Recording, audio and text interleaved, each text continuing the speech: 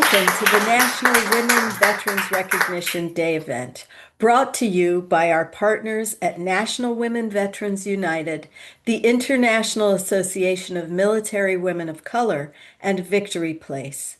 My name is Pamela Lopez, and I am the president of Equal Means Equal, a national movement dedicated to securing full constitutional equality for women through public education, advocacy, and litigation.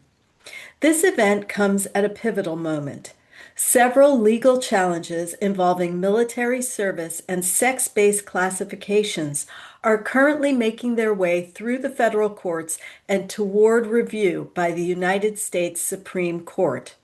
We are seeking to ensure that women's voices are heard as the courts consider issues affecting military obligations, sex discrimination, and equal citizenship. Women must not die in combat defending a constitution that subjugates them in second-class citizenship. Equal sacrifice demands equal rights. We recently filed a case, Equal Means Equal versus Trump, a constitutional challenge seeking full constitutional equality for women and the enforcement of the Equal Rights Amendment. There are other major selective service cases currently before the courts, but they have largely been brought by men's rights organizations and male plaintiffs. This makes it especially important that women veterans have a voice in the national conversation. At the same time, a new federal law is scheduled to take effect in December 2026 that will automatically register millions of young men for selective service upon turning 18, further intensifying national discussions about military obligations, citizenship, and equality under the law. Women are human beings, entitled to full constitutional equality, and America has never fully delivered on that promise. Women have served this nation for generations, yet they remain unrecognized as equal citizens under the Constitution. As courts revisit questions of military service, citizenship, and equality, women veterans are reminding the country that equal sacrifice must mean equal rights. Excited about this because I know that I am. I'm very, very excited about it. My name is Rochelle Crump. I'm the president and founder of the National Women Veterans United. I'm also an Army veteran. I'm a WAC, Women's Army Corps. Any of them here? Any of them? All right, thank you. Thank you. And I got this cheat sheet because if I don't, I'm going to get off the script and then y'all going to be like pulling me off saying, enough is enough. Okay, so I'm going to stay with it. And again, we're excited about today. I am not just a veteran. I am a woman. I am a mother. And I am actually an advocate for women veterans and all those who need us the most. And that's what we do. I have benefited greatly from being in the military. I served in the military from 1971 to 1973. I wasn't in long at all, but I was long enough to know that everything that I did in the military was going to come back to me. And that has always stuck with me for all the things that I learned in the military. And I brought that home with me. And it allowed me to actually get jobs that basically benefited me. With the 23 years with the Department of Veterans Affairs, I turned out to be the person that they go to every time they want to find out how you do this or why should we do this, And I wasn't even none of those people that were supposed to be telling them what to do. I just stepped in because guess what? For Vietnam veterans, they didn't know what to do with them, And what I did was I showed myself as one of them. I actually told them what they can do, some of the things, and I hadn't even made it to that level yet, but I read things. I always read things. I was a file clerk. And when I was in the files, I used to look and read because I wanted to know why are they doing all this? Where's all this paper coming from? It was so much paper in the VA, it just, it didn't make sense. And it was like, well, the people were going and coming so fast. What were they doing to them? And so, that really bothered me in a whole lot of ways because I didn't see what we should have seen, and that was for people to be heard, number one, and for them to be assisted and helped and then not any just come in and then they gone and give them a token and they come in one door and they going out the next door, and that is all that happened back in those years. And it was just a thing that, eventually it turned into also a discrimination thing, because all of us were in the files, all of us, meaning the Black people and the Latinas, were in the files, and all the others were sitting at the desk. And we was trying to figure out, well, why did they get in there? How did they get in there? Everybody came from the same place. I know when I came to the VA, I came from Kennedy King, and they said, we want all of y'all to go to the VA because they got jobs. So we all jumped on the bus and went there, and, we went and signed up, and we went right to the files and stayed in the files for so long, and then it started coming out looking like, what's really going on around here? And so one of the ladies, she actually contacted an attorney. He went from there, and we all got, to be promoted and also learn how to do all the things that the rest of them were doing. So that was a big mile, and they sealed it too, by the way, because they didn't want everybody to know what was really going on with the VA. And what we found out over the years, there was a lot of discrimination. I was a WAC, and they had discrimination during my era.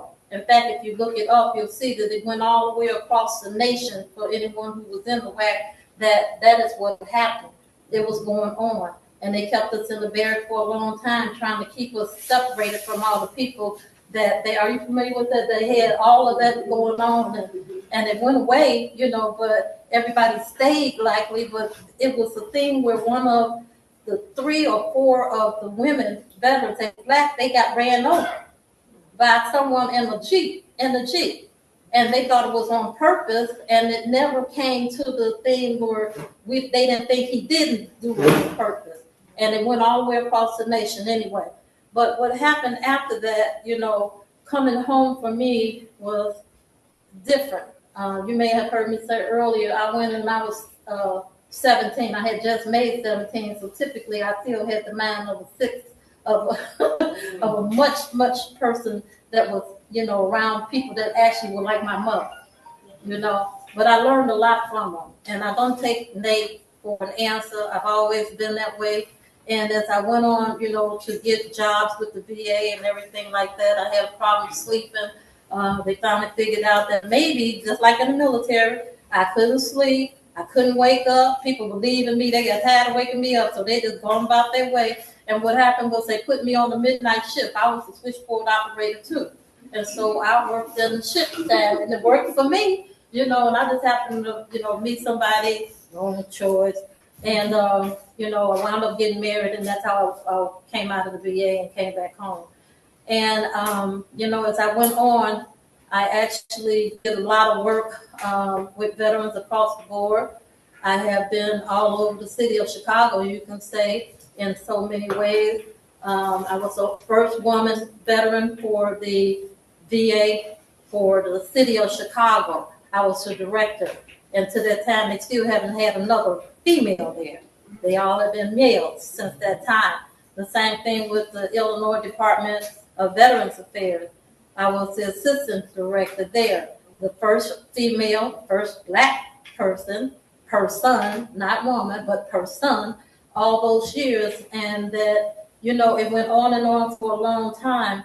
And it just made me show, that, we have not changed in a whole lot of ways. We just have not. We have to keep telling the truth, and we know that now because we know how it's coming to fruition all over again. It's like a might bear, coming at you.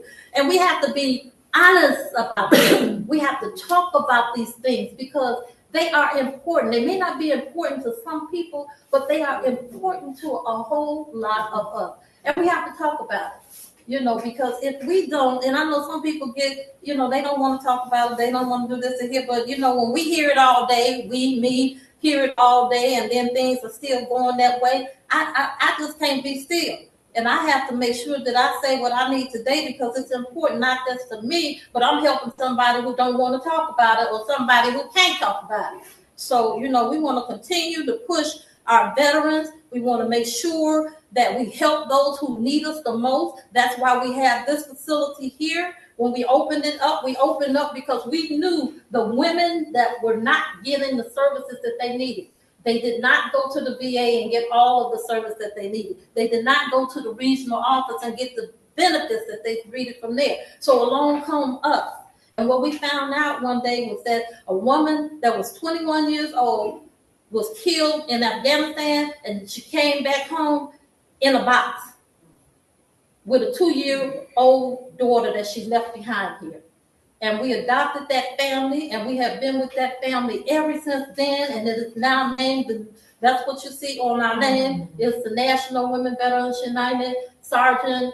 And you see that whole thing out there for it because it's for her. It's because we want to know about the others too. Maybe they'll come in and just say, my daughter died here, my daughter, because we want to make sure that all of those names wind up somewhere where people will know that they didn't make it home. It's our responsibility. We can't wait for people to do things for us. We won't wait. We won't. Not in this house, we're not going to wait. That's why we're here today. And that's because we are not afraid to talk about it. We are also going to talk about it. And we want to hope that all of those who come here will get something out of it. They will get something out of it. We're doing the thing that the VA should be doing. We're putting them in hotels. We're paying for everything that they need because guess what? They don't have another way to get it. All the things that come from when they were in the military, a lot of it. Nobody can't just live off of nothing. And then when they go to the shelter, it's the same thing that happens when it happens in the VA. Here come those dirty men messing with you. And we know those are all bad things to do, and we need to stop it some kind of way. And that's sticking together, number one, and not being afraid to tell the story because they have to be punished for that. And the VA never punished people. When all those things that took place, those people should have came out of the military and not been able to come back to your community, spreading yourself to what you've done back in the military. And that never happened. That never happened. So we have to be courageous and know that, guess what? We are not afraid of any of them. No. And we can't. We can't.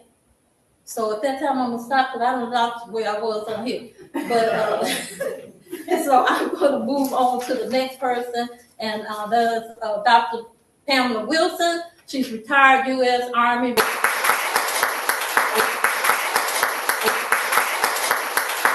I am Dr. Pamela Wilson, and I am the president of the International Association of Military Women of Color.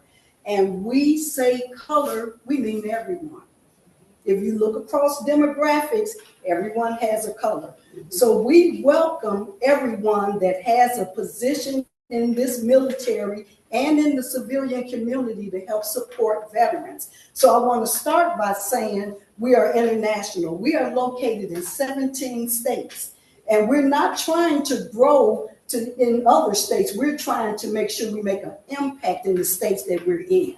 So right now, we are trying our best to mobilize, and we need to mobilize and try to find a way where every other military organization can come together and partnership, because we cannot do this by ourselves. So that's the part that is important for IMWA. We started this organization from a vision from a young lady who had another organization in Atlanta. And I'll tell you, she had a vision that it was an organization that could be found somewhere where there would be peace, tranquility, helpfulness, no drama, no backbiting, and just helpful skills to help people get to the next level. That lady is named Elfrida Kirksey, and she was an Air Force colonel. And because of her, 2 of her friends got together. And they said, let's start an organization outside of Atlanta where we can bring together people from all over the world and start an international organization. So our first president, Ernestine Fairclough, Sergeant First Class, who worked with so many general officers in the joint community, her and her best friend, Pauline Cunningham, they started this organization, and they did so by the partnerships, looking across the military family. That's the part that we need to understand here. The military is not just a place you go in, it's a place where you go in and you adopt friends and family. But when that family retires from the military, we're sitting here just like you all, in a group with a lot of like-minded people, but we're sitting there trying to figure out what can we do for the next order of veterans that need our help. So this organization was stood up because of that. Colonel Kirksey left a legacy in Atlanta, and the impact, it was so strong that it meant that we pulled people that had jobs from being the highest ranking command sergeant major to hold finance, coupled with her partner, one of our advisors, General Pinckney. Those two got together and they were the top running finance for the Army. You don't get that anywhere. So that young lady, Pauline Cunningham, she was the finance command sergeant major over all of the Army, the first woman to do it. So she and her buddy, General Pinckney, that I told you about, was the first female comptroller in the Army. Wow. Those two are in our organization. I call them trailblazers because they blazed a trail that no one else was able to do. So aside from our president, we organized this organization around committees that would take care of this organization, and I call them the Mag 9. The Mag 9 consists of our vice president, the vice president of operations, the correspondence secretary, the recording secretary, the financial secretary, the treasurer, the membership chair, and the historian. With all of us together, we find ways to work through 15 committees to make sure that the rights, the benefits, and everything that the soldier, sailor, airman, marine, and space comm may need in their lives after the military. So it's important that we do that and that we surround ourselves around that thing.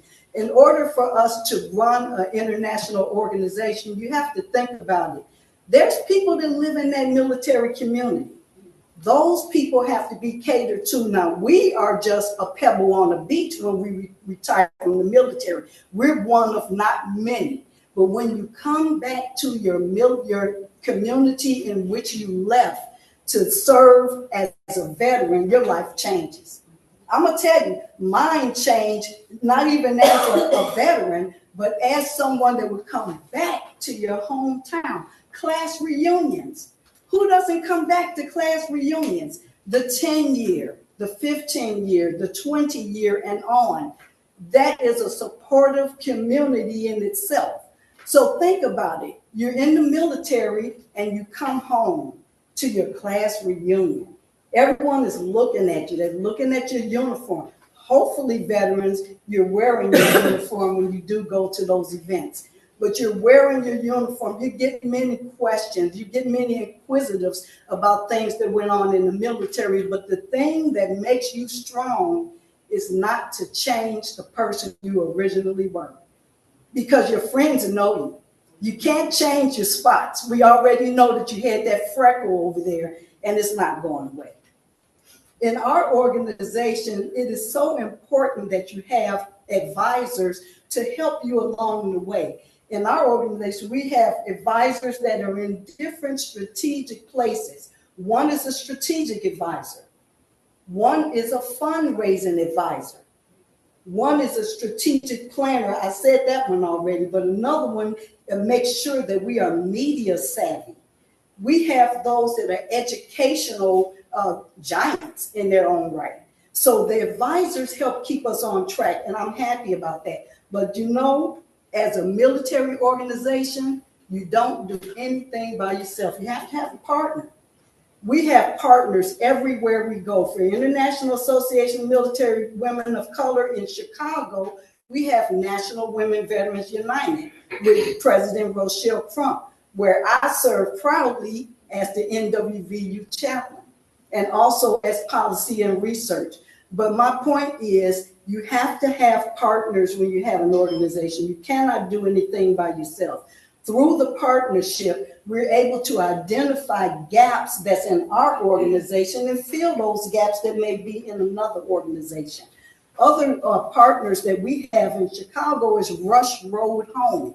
They are concerned with mental health and fixing veterans for free and their families and putting them back on the road to recovery from the things that troubled them in their military lives. That is a program open to all veterans and their families. If you are experiencing any kind of distress whatsoever, Rush Hospital in Chicago has a program called Rush Road Home. We were so happy to partner with them along with NWVU. Another partner that we have in Columbus, Georgia is called Veteran Family Assistance Center, nicknamed VFAC. VFAC will come to you and make sure that your benefits are taken from cradle, and I don't want to say the grave, but to the end, to make sure everything that you need is considered, and they do it one-on-one. So that organization became a part of us also to help us with our undertakings. And last but not least, we have the VAs for sure that also help us with our organization. I Am What operates on 6 pillars.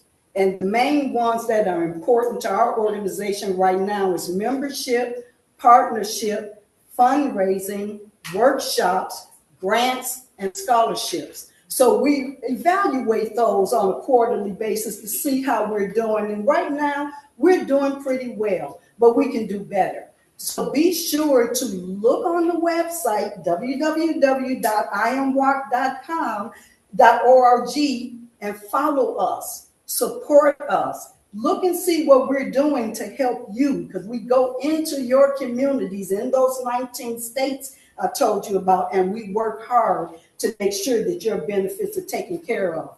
One thing we did in Chicago that I just thought was outstanding, our historian, Deborah Wiley, identified a gap that we did not have a wreath across America to present to our partner NWVU. We decided to do that, and we did.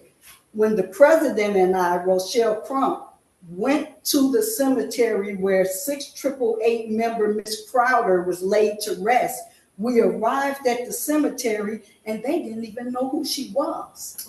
They didn't know that she was a 6888 member. They didn't know where she was buried. We had to figure it all out. But you know, that was the joy in being a veteran, because Miss Crowder is a member of NWVU. It was so wonderful that President Crump was right there to identify that, and the lovely groundskeepers that we met to get the snow off so that we can look and verify that that was the grave of Mrs. Crowder.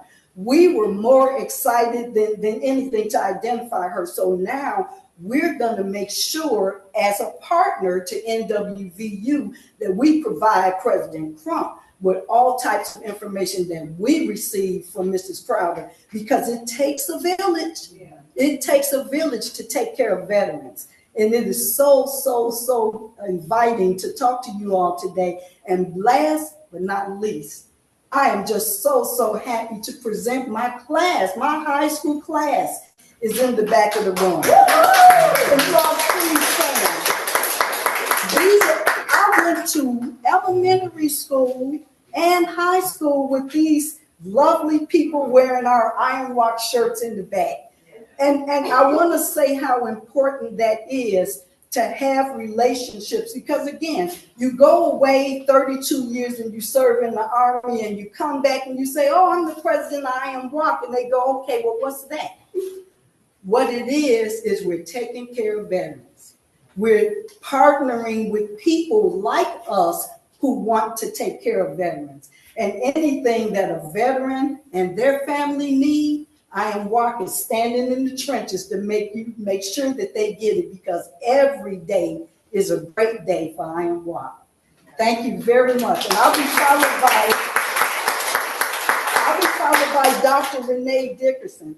Dr. Renee Dickerson is founder and executive director of Victory Place. So you will hear from her. Good morning, everyone. So excited and hearing the story or her story this morning. I could relate. I want to say thank you for your sacrifice. Say thank you for your service. You are magnificent. I want to thank Dr. Murphy, who's here from Equal Means Equal. No, Equal Means Equal. Yes. And we're going to talk more about that when Senator Pat Spearman, who flew in from Nevada, came to support this event. And we're looking forward to working even more so with her, and also Leah Gould. So I am here as the strategic chair or planning chair for I Am WAP. I'm an I Am WAP member and an NWVU supporter and community partner. And we have joined together to organize and plan a Million Women Veteran March. Can you say that? Million Women Veterans March. Is that a major undertaking? Yes. Okay. But do you think that can happen? Yes. Okay, so when you made a decision to join the military, I know there's probably a few of you in here, it was easy peasy. But for most of us, there were moments like, man, am I going to make it? And then the whole military experience and my sisters who went not only to the combat zone, but served in combat operations. There were moments you didn't think you would make it. And you did. And you're here. And you have families and you have supporters. But do you think it's time for a march that is represented by 1 million women veterans? Yes. Can we include our partners, our families, our supporters? Yes. Because when we come back, we just don't come back as veterans. We are part of the community. And oftentimes you don't even know that we exist. We are invisible. Well, we want you to see us. We want you to hear us. And we want improvements as it relates to the VA. And not just for veterans, but those who are still serving. So we're also speaking to DOD. Anytime over 600,000 women lose their employment since 2025 because of their race, of their color, that's an insult to the nation. Yes. When you have leaders who are not only doing the job, succeeding the job in their jobs, lose their position because they're women and because of their color, that's an insult to the nation. Yes. Are you aware, in regards to military sexual trauma, women experience more incidents of military sexual trauma than men? Even though there's more men in the military, and actually more men experience military sexual trauma because there's more men. But for the lower percentage of women, it is extremely high. And even more so for Black and brown women. We do know the military is gangster. It's the largest gang, the largest institution in the world, the most powerful. There's a regulation, policy, and rule to govern everything. Correct me if I'm wrong. If there is a institution that can bring military sexual trauma to an abrupt end, it's the military. But it takes leadership to do that. And when we talk about military sexual trauma, women have been killed for coming forward, threatening to tell their story. That's right. We have to march. We have to do this together. And we need you. So get ready. 2027, October 30th. there are so many reasons why this march needs to happen. It needs your support. It needs your participation. You need to be there. Bring your church. Bring your block club. Because we are a representation of America. And so we will make sure you receive more information about the march and our reasonings why, from improved medical, mental health services as it relates to military sexual trauma, housing. There is so much. We have 11 policy priorities, and we'll share those with you. I want to say thank you for women like Senator Spearman, Dr. Eileen Murphy, and Wendy Murphy, and Pamela Lopez, who have fought diligently, and Leah Gould, Attorney Leah Gould, who fought diligently. I'm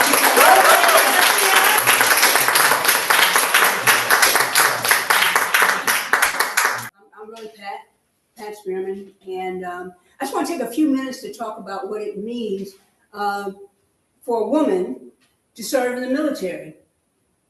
And a lot of things have changed, but a lot of things have stayed the same. You know, I was listening to my sister MP talk about going through the MP Corps and the men didn't want you. Well, when I went through at Fort McClellan, I was the only African American, so I thought, in the class. There were 7 women, and after they shut the wax down, then there are seven women that were with me. We were the first 7 to go into the military police as an automatic branch, instead of going to the WAC Corps and then being detailed to. And I remember, you know, the instructor, the very first day, the instructor walked all the way around the room, and it was probably about twice this size. We had about 75 people in the room. And he walked all the way around the room talking about, oh, well, this course is going to do this, it's going to do that, and everything. And he said, and I want you to look around the room. And everybody's looking around the room. He said, yeah. And so when we get to graduation, he said, some people are going to be here. And he looked at me and said, and some people are not. And I looked at my buddy Jerome, and I said, oh, he ain't talking about me. He ain't talking about me. You see, because I'm somebody that believes, I don't care what you call me, it don't matters what I answer to. All right? So he ain't talking about me. They proceeded to, when I had to do like 10 push-ups before they called one. Sit-ups.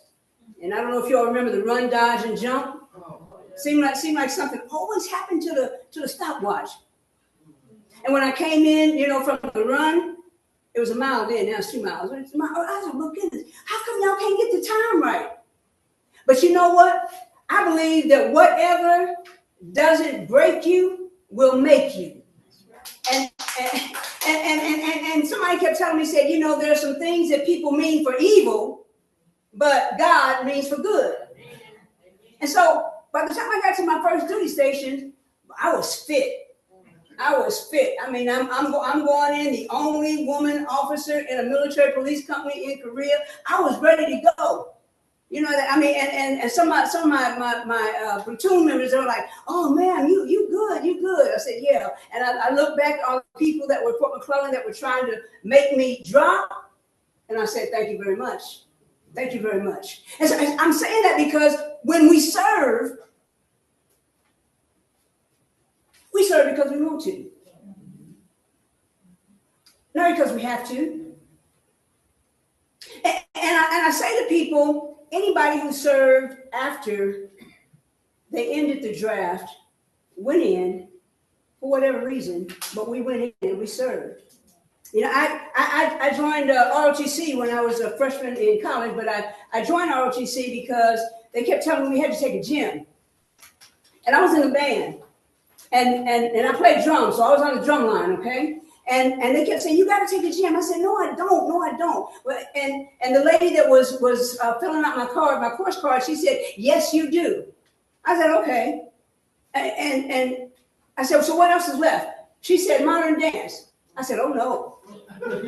Oh no. I said, well, she said, well, you go through the class at the end of the semester, you put on a performance in front of the student body. I was like, not with these skinny legs. I ain't ready to do that. And the gentleman over there, he said, well, you can go to ROTC, and that counts as a gym. What is that? Well, ROTC. He said, just come on and join. So I signed up for it. And I liked it. I liked it. The first semester, the second semester, I liked it. I went into my I liked it. And I got to be at the end of my sophomore year, you have to decide whether you're going to stay and accept a commission, or you're going to have to drop. I said, there are 5 jobs out there, and you got 5,000 people competing for them. I'm going to stay in. Because if I have to go in, I have to do 2 years, 6 months or so, I'll be in basic. Then I just got 18 months. I can do that standing on my head. But I went in and I liked it because it was something that was bigger than me. Something that was bigger than me. And you know what? And here's the thing, and I want to pay homage to the 6 AAA. Because no male, low morale. But these were women who, on a dare, they can't do it, they can't do it. Send them over there, but they can't do it, they can't do it. And they went over on a mission, and they did it in half the time. And that ought to tell you something about our perseverance. What women really want to do, we will do. There are people talking about, well, maybe they can't serve. We don't think they should serve in combat. I said, too late. Too late. We're already doing it. Since the end of World War II, there have been 350,000 women who have served. And when we went to war in Iraq, there was a woman that was the first prisoner of war. And she endured that. We have women who have put their lives on the line. Somebody talked about, the 3-year-old. Well, I remember when I worked at the Pentagon, I was in the operations center, and I remember reading about this 18-year-old. All she wanted to do, she was 19, all she wanted to do was just join the military. And her mother said she went into the military on deferred. Anyway, she went into the military. I'm getting excited. She went into the military. She signed up when she was in high school, and she went after she finished. So she said her mother said when she went to Iraq, her mother said she was really glad that she was going to be in logistics.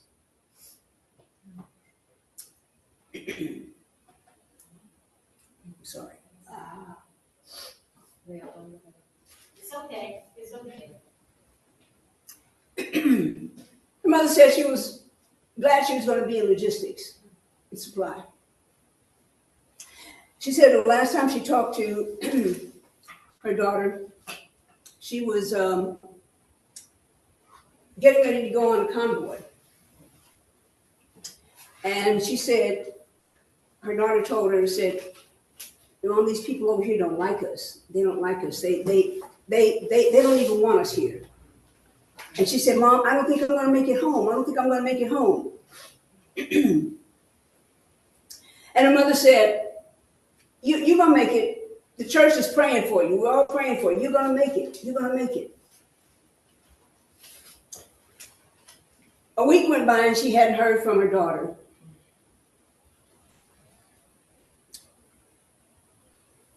And then the chaplain showed up to let her know that her daughter had been killed in an IED attack. Most people don't even know what that means, IED, and it's some alphabets. And her mother said,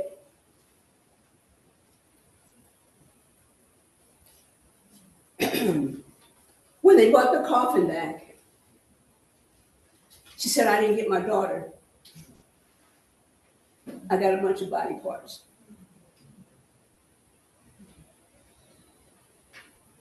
So for people to tell us we can't serve, we already did it. We've already done it. When you think about things like that, so many women, we go where they tell us to go and we do what they tell us to do, as long as it's a lawful order. If it's unlawful, we ain't doing it. Yes. But we've already done it. And I know there's a move afoot in Congress to keep us in second-class citizenship and say, well, women shouldn't serve in these branches. We've already done it. And guess what? We did it by being sexually harassed. We did it being sexually assaulted. I remember when I was in Panama and I was in 03 and my senior rater was in 06 and he called me into his office and I thought he wanted to really talk about, you know, the mission that I was doing. And he called me into his office and put his hands under the table and started masturbating. And I'm standing there and I'm, Jesus, this is not happening. And he said, I want to bang your bones. I don't know what that means. He said, we're adults, you know what that means. No, I don't, sir. No, I don't, sir. Well, you think about it. I can be very helpful to your career. When I left his office, I went back to my office and my office mate said to me, Pat, what's wrong with you? I said, I think I ate something at lunch. I'm not feeling good. I'm gonna go back to the hotel. They had the single officers staying at the hotel because they didn't have quarters for us. I went to the hotel. That was on Wednesday. And I feel those of you who have gone through this, you know, you can feel the emotions that you felt when it happened. And that Saturday, he showed up at my hotel room, knocked on the door in civilian clothes. I was getting ready to say, who is it? And someone said, don't say nothing. And I went and I looked out and my heart started racing. He stayed there all day long. He moved from one side of the hall to the other side of the hall. Then he went downstairs into the lobby. He's going to catch me when I'm coming in, I'm sure. And the housekeeper, when she got ready to leave, she said, that man's still there. She said, come. She took me down the service elevator and she let me out. The service elevator let me out on the dock where the trash was. And I ran to my car. And some of y'all remember the song, you know, Digging a Scene, you know, with the gangster lean. Yeah. I was with the gangster lean, but I wasn't trying to dig a scene. I was just trying to get out of there before he saw me.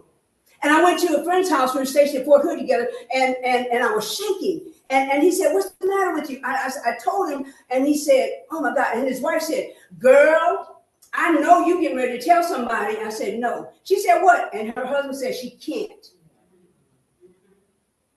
Because if she does, her career is over. Women served. I didn't say anything. I finished out my career, but I made sure to look for the perverts. You could always spot them. And I'd watch who they were watching, and I'd get close to that person. And I'd make sure that person knew, you can talk to me. You can talk to me. I just talked to a mother 2 weeks ago who was in UPS, and she had on a t-shirt, and it made me think, oh, she's got somebody in the service. And I walked over to her and I said, hi, how you doing? You got someone? She said, my daughter. I said, wow. She said, she's just 20. I said, wow, okay. I said, I'm a veteran. She said, oh, okay. Where? I said, Army. She said, my daughter too.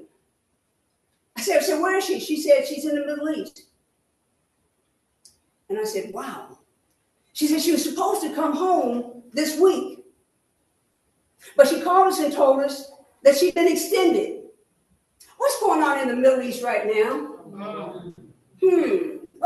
What's happening over there? Ain't no party. Ain't no party. She's supposed to come home, but she said they extended her. And about this time, she's shaking. And she's shaking so hard, I think she's going to fall down. So I just grabbed her elbow to steady her. And her husband came through the door and he said, oh, yeah, my daughter. And he said, I don't know if she's going to be coming back. She said in 2 weeks, but we don't know that because they could extend her again. While Congress debates on whether or not we should be in combat. Come on, y'all. Come on, y'all. And people were being extended. And she said, I want my daughter to come back alive. The thought of her 20-year-old daughter being killed in the Middle East. Y'all ain't got to say amen, but let me say this. It's a war of choice because we didn't have to do it. But now you have men and women who are in combat. While these people in Congress are, well, I don't know whether they should be, well, you know, why don't you go over there and see what they're going through? I always tell people, say, you know, y'all so ready to go to war, you go. And I had one elected person tell me, say, well, I'm too old. I said, you got kids? You got grandkids? I said, let me tell you what I found out. I found out that combat boots come in the same sizes as Prada. You want somebody to go, you go. Women are already there, and I will not accept anybody telling me that we're second-class citizens and we don't deserve equal rights because we've already been in war. We've already done it. We've already served our country. We've done it.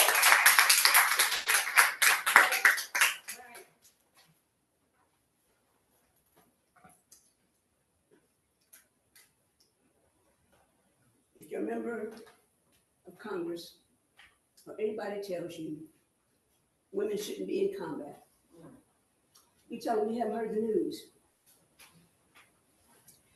I remember when I was trying to get the ERA ratified in Nevada. We were the 36th state. And I had some of my colleagues to stand up and say, well, it's just a stunt. We don't need to do that. And, you know, women are already equal. I said, no, we're not. No, we're not. So somebody's wearing a tight pair of jeans and they get raped. You know who they blame? The woman in the tight jeans. Said, no, we're not equal. We're not equal. But we're going to pass this. We're going to ratify this because we're going to make sure it gets into the Constitution. We are serving. We are being wounded. We are dying in combat, and yet we do not have equal rights. And Congress wants to say, you shouldn't do it. Well, boyfriend, guess what? We've already done it. We've already done it. I'm proud that I served, and I'm thankful for all of my sisters who served as well. Make no mistake about it. When it comes to making women second-class citizens, even if it doesn't look like it, you will find me on the firing line. I retired from the military, but I didn't retire from the fight because the struggle continues. Thank you.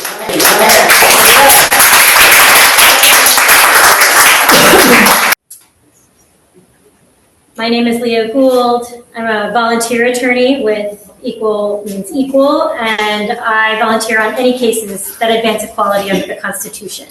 But before I was a lawyer, I was a military officer. My military service shaped how I think about the law, especially how I think about equality. Because in uniform, equality is never just a principle. It's something we live every day. It's embedded in how decisions are made, in how performance is judged, and in whether people are given the same opportunities to succeed. But as we've been all discussing, for many women in the military, equality has often meant something more complicated. It has meant meeting the same standard and often being asked to prove it twice, simply because you're a woman. It has meant navigating systems that were never designed with us in mind, and it has meant recognizing that even when the rules appear neutral, the outcomes are not always equal. And that lived experience is part of what brings me to the work I'm doing now. The organization I work with, Equal Means Equal, has focused on advancing equality for the past 16 years. That work is grounded in a simple proposition, that equality under the law should be explicit, enforceable, and real. One of the ways we pursue that is through litigation strategy, including cases that ask the Supreme Court of the United States to confront a fundamental question: whether discrimination based on sex should be subject to the same level of constitutional scrutiny as race. Because right now, it's not. When the government discriminates based on race, courts apply what's called strict scrutiny, the highest level of review. The government must show that its actions are narrowly tailored to achieve a compelling government interest. It's a demanding standard, and it's supposed to be. But when the government discriminates based on sex, courts apply what's called intermediate scrutiny, a lower, more permissive standard. It still requires justification, but it's more forgiving. It allows for more room for assumptions, for generalizations, and for differences that would not survive if they were based on race. And that distinction matters. It reflects a hierarchy of equality. It sends a message about how seriously the law treats sex-based inequality. And more importantly, it affects outcomes, real cases, real decisions, and real lives. That's right, that's right. One of the ways that this legal question is being posed is through cases about including women in the draft. These cases are currently making their way to the Supreme Court, and they highlight a contradiction that has existed in constitutional law for decades. That women are formally recognized as equal citizens, but not fully protected as such when discrimination is evaluated in court. Importantly, the Supreme Court has signaled that it's interested in reviewing this question of including women in the draft, but it has not yet taken a case that will allow it to address it directly. So the door remains open. But the posture of these cases raises difficult questions. Many of these cases are being brought forward by men's rights groups, organizations whose primary argument is that if women are equal, they should be required to register for the draft. But those same groups are not seeking to change the standard of review. They accept a system where sex discrimination receives less constitutional protection. Women have been serving and dying in war for generations. That is not new. What is new is the government's increasing willingness to formally compel that service. And that creates a moment of confrontation between two realities. On the one hand, the government may seek to impose equal obligations to require that women register and potentially serve. But on the other hand, the legal system still discriminates against women as less constitutionally suspect. It still applies a lower standard of scrutiny when evaluating whether the government has treated women unequally. So we are asked to accept equal obligation under conditions of unequal protection. I wore the uniform of a country that asks for the highest level of sacrifice. It is not too much to ask that the country meet the highest standard of equality for women in return. And that raises a deeper question, not just a legal one, but a moral one. What does it mean to be equal in a system that does not treat your equality as fundamental? And what does it mean to be asked to risk your life in service of that system? The position that I take and the work that I'm engaged in is not about resisting responsibility. It's about insisting on coherence. If the government is going to impose the highest level of civic obligation, the possibility of service, injury, or death, then it must also meet the highest standard when it justifies how it treats those citizens under the law. Anything less is a form of second-class citizenship. And that's what is at stake in these cases. And it is why our work is focused not just on the outcome of a single case, but on shaping how the court understands the issue as a whole. Because these cases may be brought under one theory, but the legal doctrine that emerges from these cases will apply much more broadly. My role in this process is to ensure that women's voices and experiences are part of that development.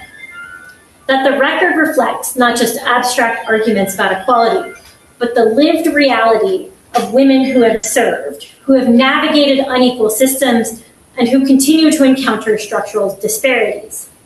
Because if those experiences are not part of the case, they'll not be part of the law that comes out of that case. And that law will endure. So the work continues. The issue is still before the court, and the opportunity to shape how it is ultimately resolved is very real. Levels of scrutiny are not just technical distinctions in constitutional law. They determine how rigorously the government must justify unequal treatment and whether longstanding assumptions about women are interrogated or allowed to persist. And they determine in very concrete ways whether inequality continues or is meaningfully challenged. For women who have served, this is not theoretical.